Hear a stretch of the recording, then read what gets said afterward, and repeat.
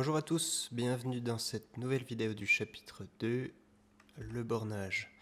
Donc cette vidéo, le bornage va être, je dirais, la plus importante de la formation. C'est là où on va vraiment faire l'analyse technique d'un actif et notamment créer les bornes sur cet actif pour savoir où on va.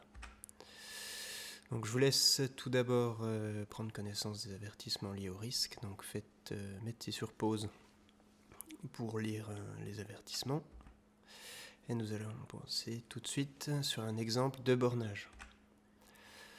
Donc voilà un exemple de bornage type, donc des zones de prix que l'on vient identifier sur différentes unités de temps, en daily, en H1 et un affinage en M15. Donc je vous propose de voir un peu comment se passe le bornage d'un actif.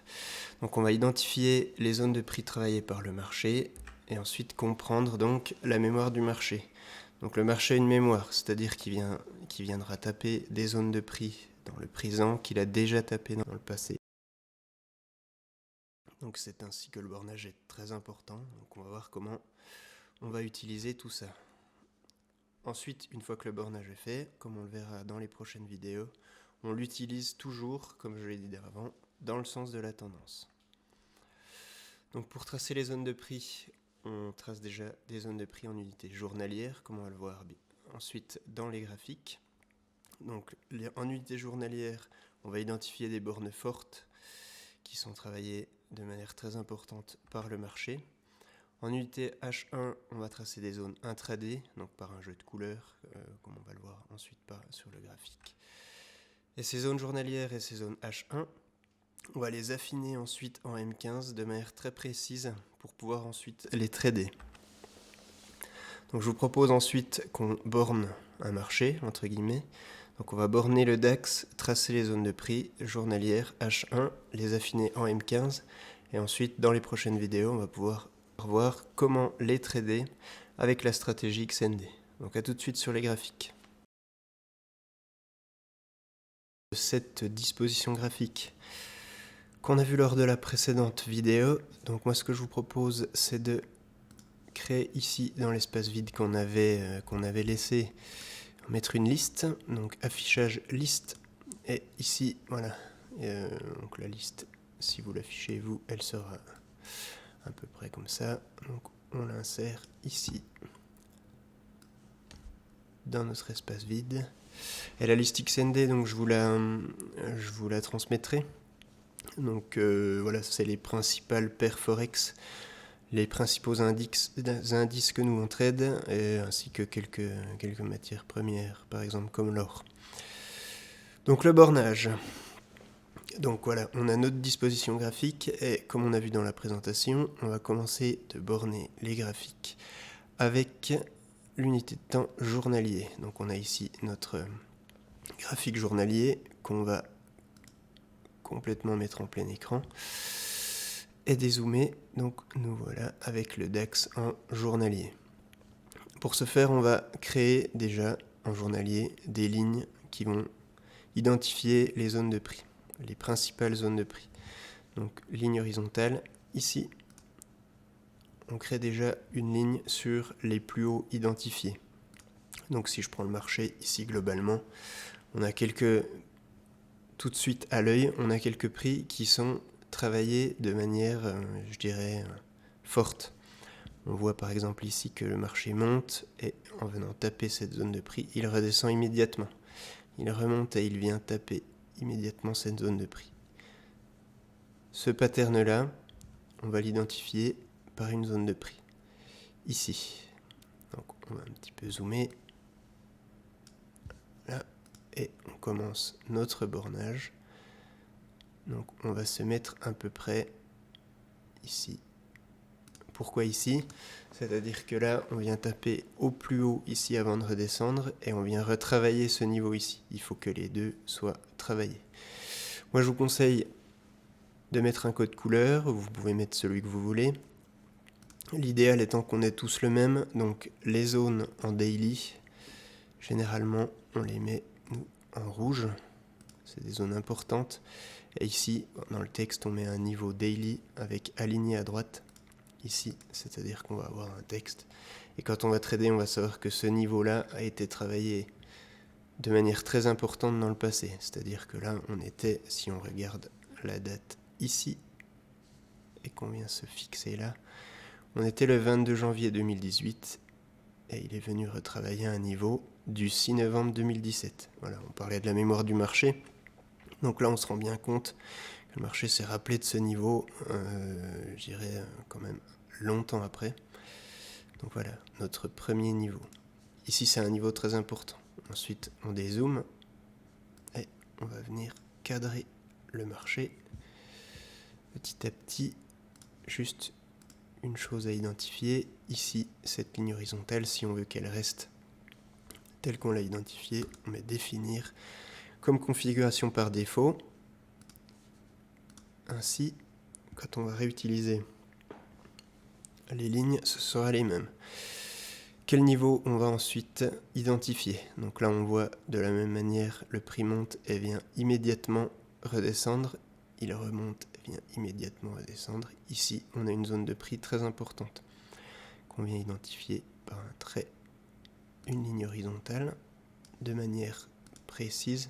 Donc on va de toute façon affiner très précisément en M15, mais je vous conseille de le faire déjà en daily de manière précise, ce qui va permettre d'être très précis à la fin et de pouvoir trader les zones sans trop de stress. Donc on verra par la suite. Ici on voit que la zone a été travaillée en clôture de bougie et en mèche sur la deuxième résistance. Donc moi je le mettrai ici. Voilà. Ensuite, on va continuer. Donc, ligne horizontale, où c'est qu'on a un niveau important. J'en vois un ici. Donc, moi ici, je vois que le marché monte et redescend immédiatement. Ici, on a un support.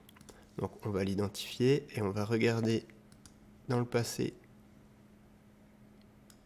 et dans le présent si ce support a été travaillé. Il faut que ces supports soient travaillés de manière conséquente par plusieurs points de contact pour qu'ils soient validés.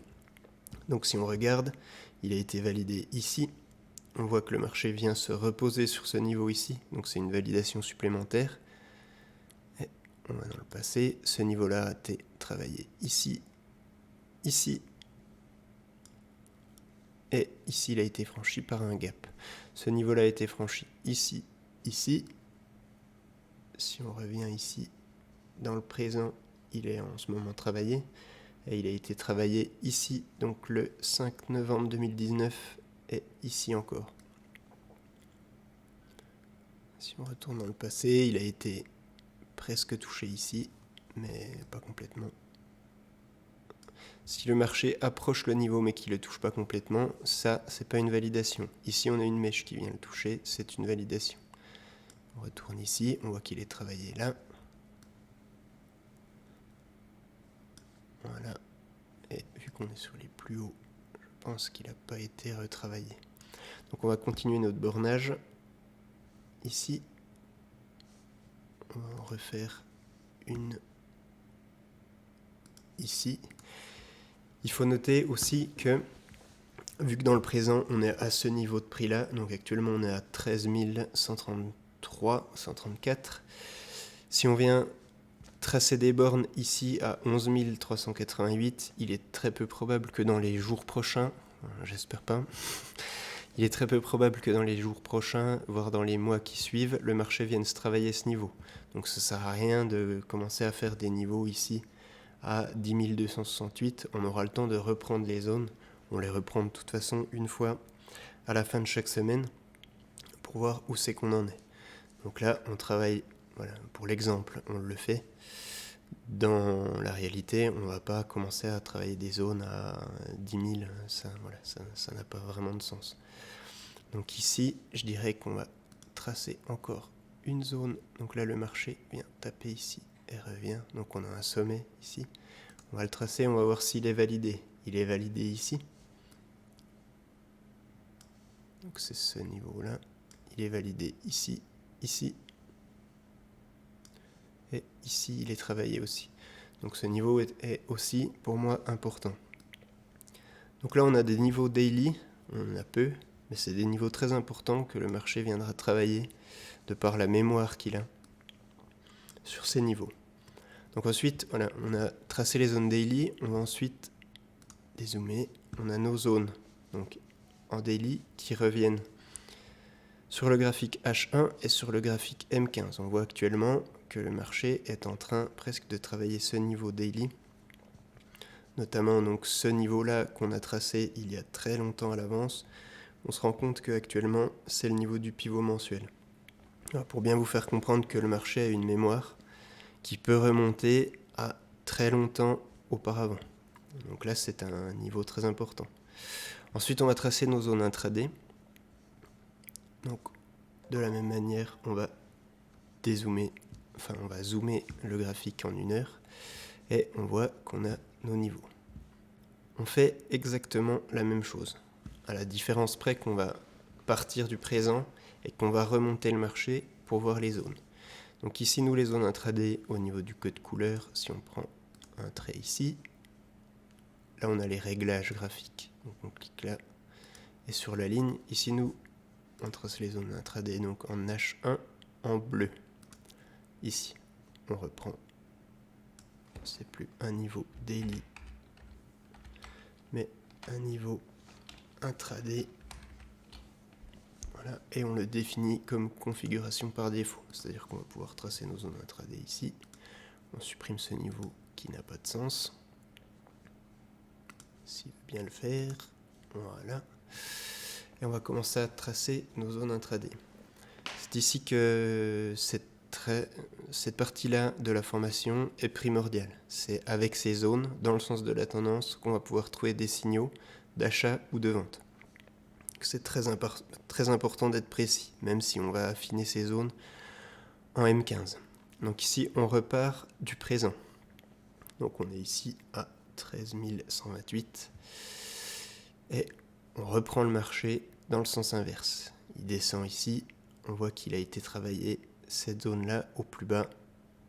Donc on met un niveau ici en H1. Donc on voit qu'il a été travaillé en clôture. Ici, on a une belle mèche ici, travaillée, et là quelques mèches qui l'ont travaillé. Ici, c'est une zone. On va vérifier dans le passé en H1.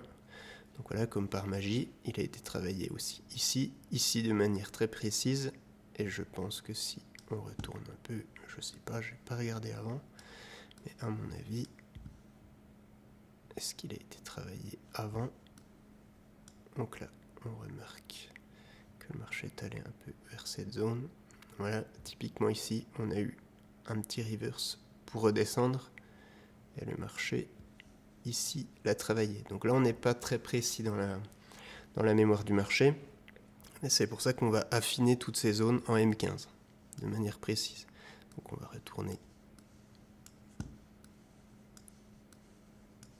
au présent. Voilà. Donc là, on est remonté jusque fin 2017. Donc on remonte, on reprend notre ligne horizontale et on suit toujours le marché dans le sens inverse. Le marché a tapé cette zone, qu'est-ce qu'il a fait ensuite? On remonte, il est venu travailler cette zone importante ici. Voilà, on remarque que là, on a un point de contact important avant de redescendre, et on remarque ici, il y a plusieurs points de contact qui n'ont pas été touchés. Ici, il a été touché. Ici, il n'a pas vraiment été touché. Donc là, on a un excès de marché. C'est-à-dire que il faut tracer les lignes horizontales avec de nombreux points de contact. Je dirais, pour être sûr de nous, il faut que le marché tape 5 points de contact pour que le niveau en H1 soit validé. Donc là, si on descend un peu, on a un excès de marché sur cette zone, mais on voit bien qu'il a été travaillé ici, ici, ici. Ici, on peut même descendre à peine. Donc pour redescendre, on a un outil ici qui permet de modifier un petit peu les lignes horizontales. Des fois, ça les duplique. C'est un bug de ProRealTime.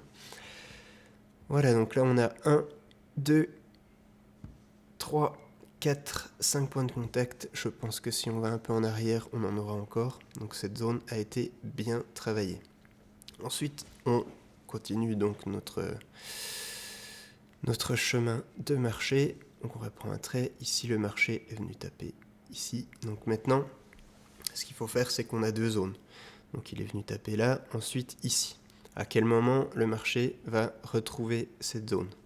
Il la retrouve ici, mais il fait des reverses ici, de manière plus importante là, avant de revenir. Donc là, on va retracer un niveau ici, de manière précise. On voit qu'il a été travaillé là. On voit aussi que notre niveau daily ici a été bien travaillé, même en H1. Donc voilà, ici on a un range qui court depuis novembre 2019, donc qui est venu travailler en borne basse le niveau daily. Et il y a quelques excès ici et ici. Donc on va aller voir un petit peu dans le passé si ces zones ont été un peu travaillées. Voilà.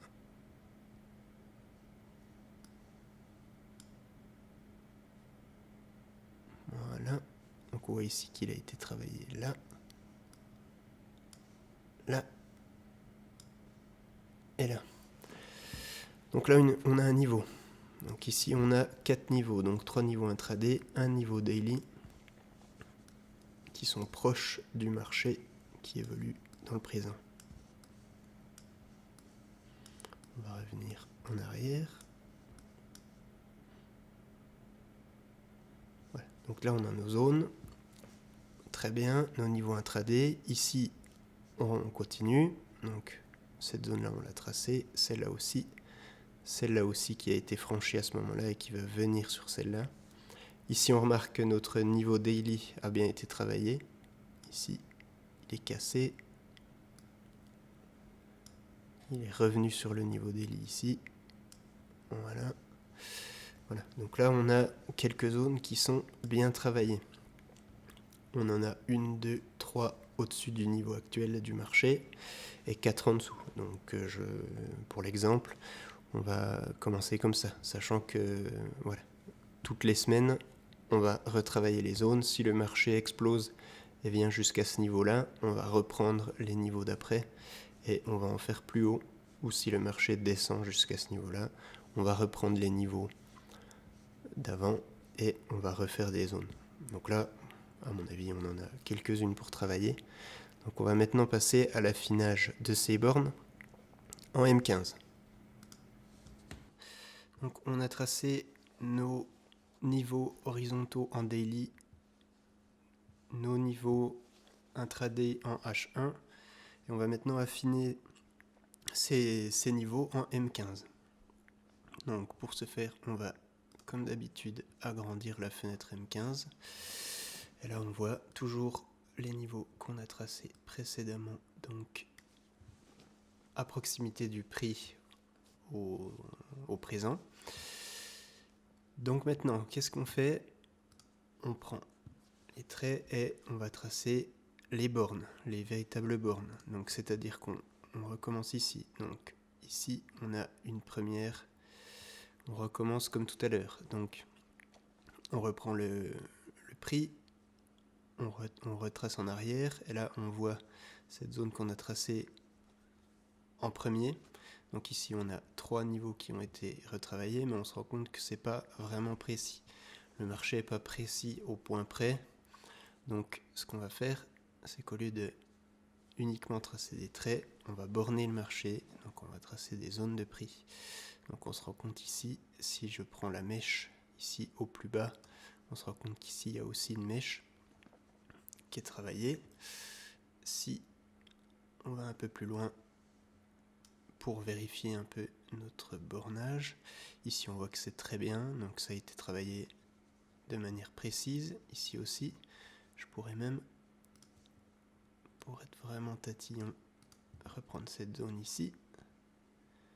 Voilà, on se rend compte que la zone du bas a été travaillée ici, la zone très précisément du haut a été travaillée ici, et ainsi de suite.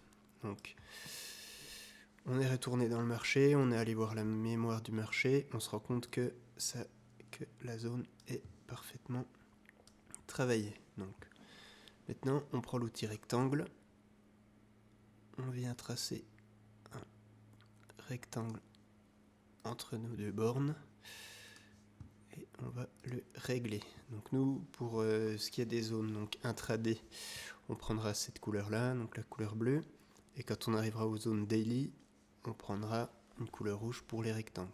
Donc petite astuce ici, on trace un petit rectangle et on vient ici au point 1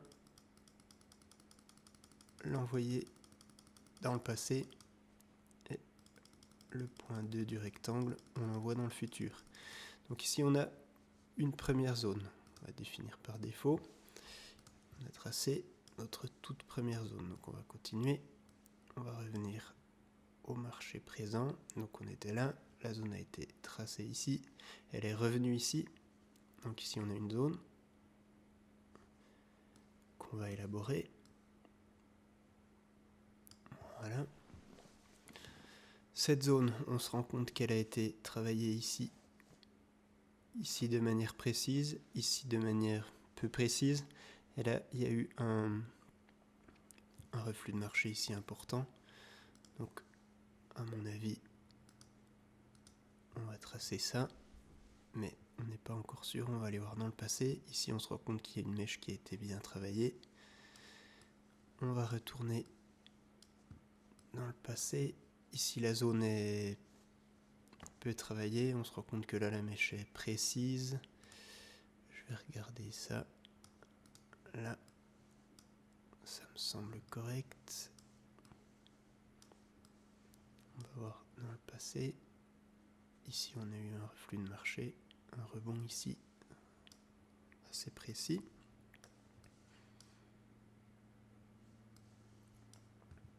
Et je ne sais pas si on a d'autres données. Je ne pense pas. On va partir là-dessus.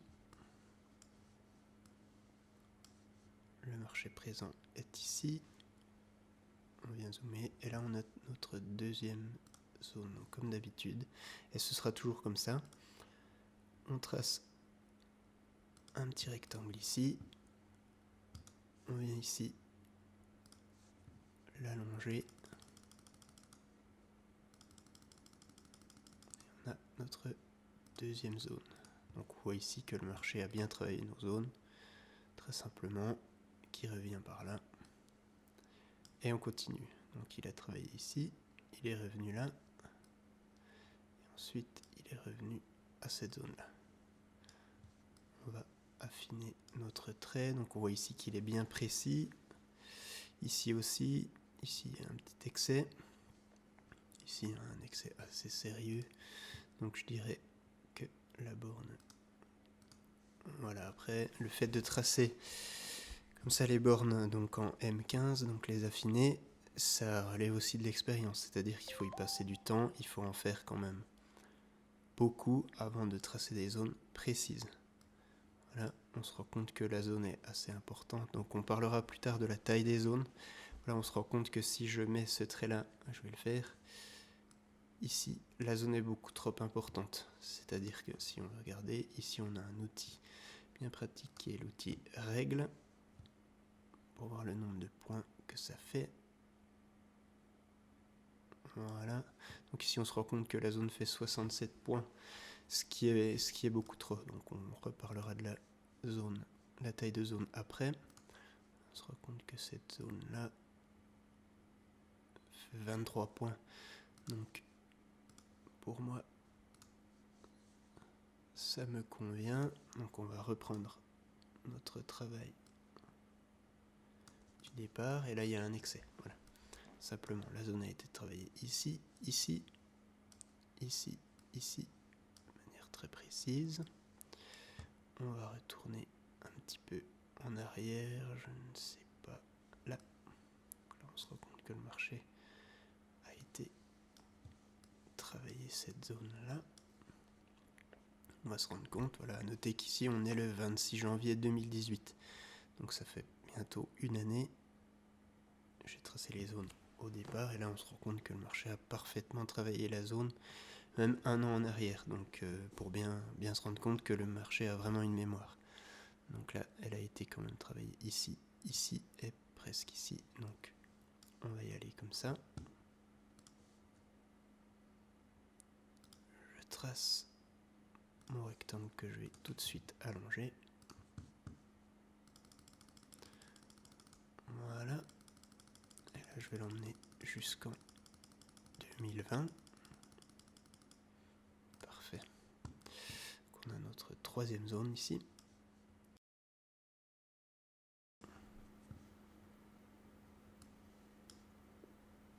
On va revenir au présent. Donc nous y voilà.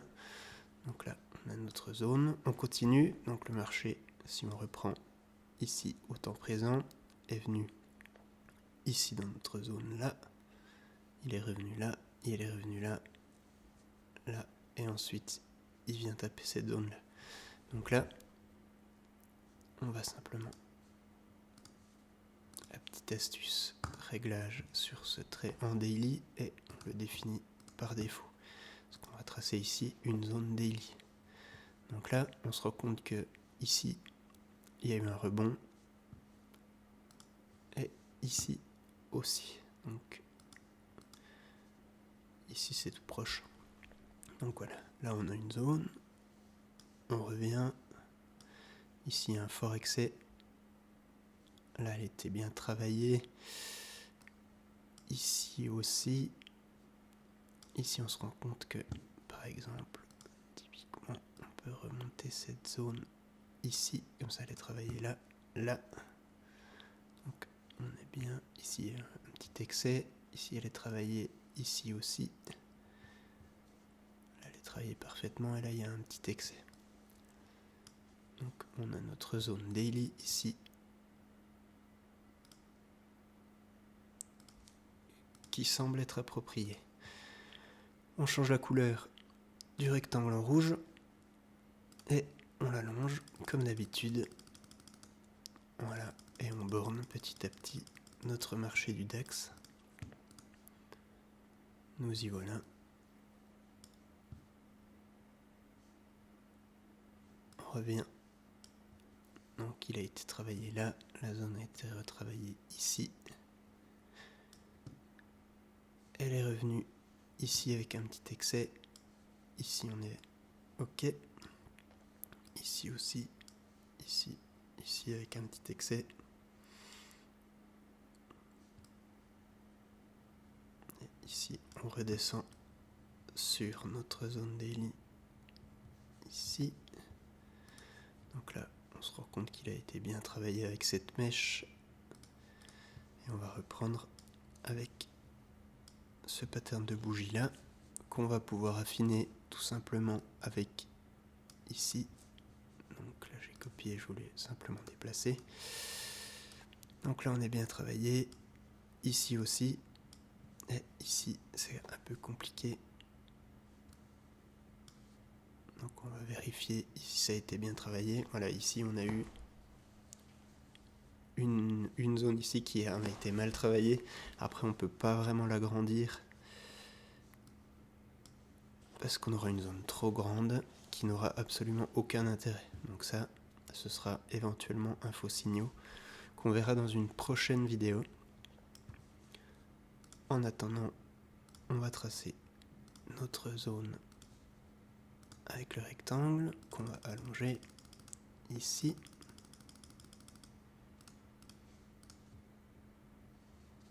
Et on a un bornage qui me semble tout à fait correct.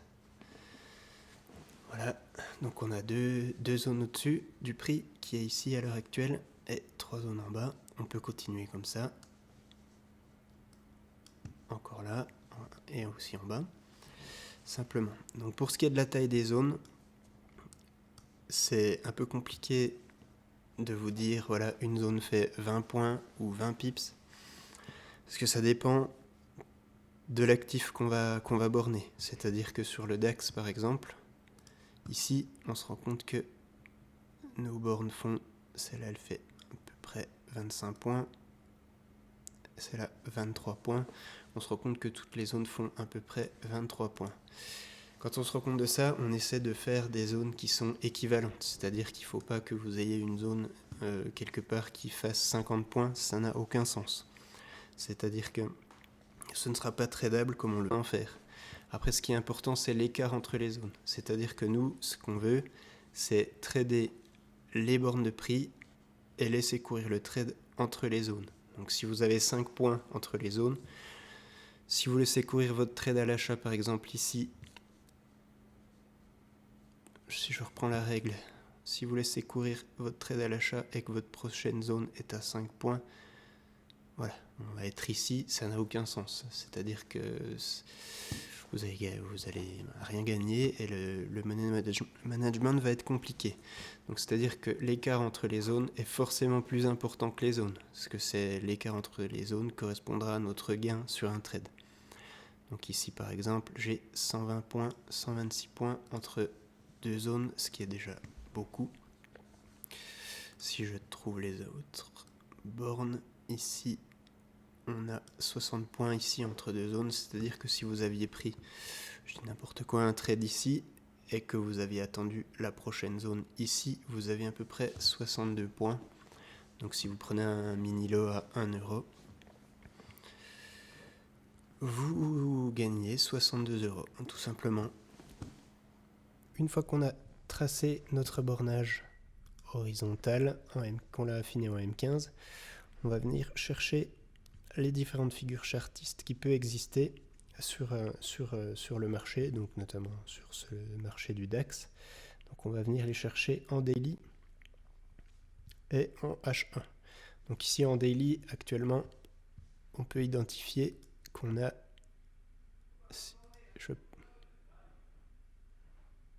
Ici en daily, on peut identifier notamment actuellement 2 points de contact sur une éventuelle droite de tendance.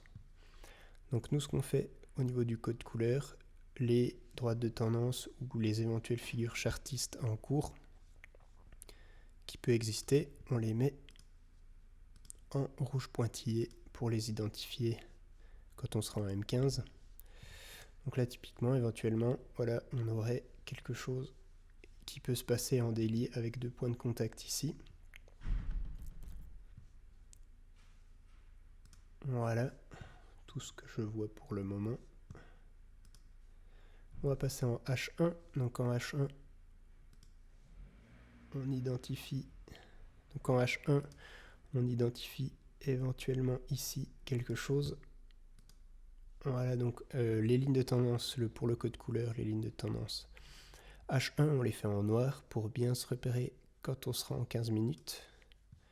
Pour voir si le DAX évolue dans un canal, je copie simplement cette droite et je regarde si on peut éventuellement... Voilà, donc là on a un point de contact ici, une longue mèche qui est venue chercher le haut du canal avec un point de contact ici. Donc là on identifie le DAX dans un canal, il est venu chercher le bas il n'y a pas longtemps pour remonter. Donc c'est important de tracer ces canaux, ces figures chartistes, ces droites de tendance, notamment si on avait identifié ici une épaule, tête, épaule inversée. On pouvait à ce moment-là l'identifier et si on casse la ligne de coup ici, regardez les zones, on avait un fort potentiel pour que le DAX évolue à la hausse. Typiquement ici, on la retrouve, donc une épaule tête-épaule inversée avec une première épaule là, une deuxième là. Et là, on avait ici un travail sur la zone et après on est reparti à la hausse. Voilà, donc typiquement. Donc c'est important de bien identifier ces figures chartistes en complémentarité des bornes. Comme ça, on a toutes les chances d'identifier les meilleures probabilités pour trader. Donc là, par exemple, typiquement, le DAX ici vient chercher à l'heure actuelle le bas ici du canal qu'on vient de tracer en H1. Il y a beaucoup plus de probabilités qu'on reparte à la hausse que si on venait chercher le haut du canal. Donc voilà, le trading, c'est un calcul de probabilité. Et là, on a toutes les probabilités ici. Travail de zone, bas de canal. On essaie de trouver un signal d'achat ici pour prendre un trade. Et là, le marché part à la hausse. Voilà, donc ce trade-là, je l'ai pris. Et je l'ai coupé ici. Typiquement. Donc là, on a identifié nos bornes. Donc nos lignes horizontales en daily, en H1. On a affiné pour créer nos bornes en M15. On a créé nos figures chartistes, enfin on a trouvé nos figures chartistes en daily, en ligne pointillée rouge. En H1, on a identifié un canal ici qui dure à peu près depuis voilà, mardi 10 décembre 2019. On l'a identifié, on a nos bornes, on a nos figures chartistes identifiées sur les graphiques. On va pouvoir ensuite trader tous ces éléments. Donc voilà pour cette vidéo du bornage d'un graphique. Donc je dirais la vidéo la plus importante, voilà, c'est tracer les bornes, c'est ce qu'on va trader systématiquement dans la stratégie XND.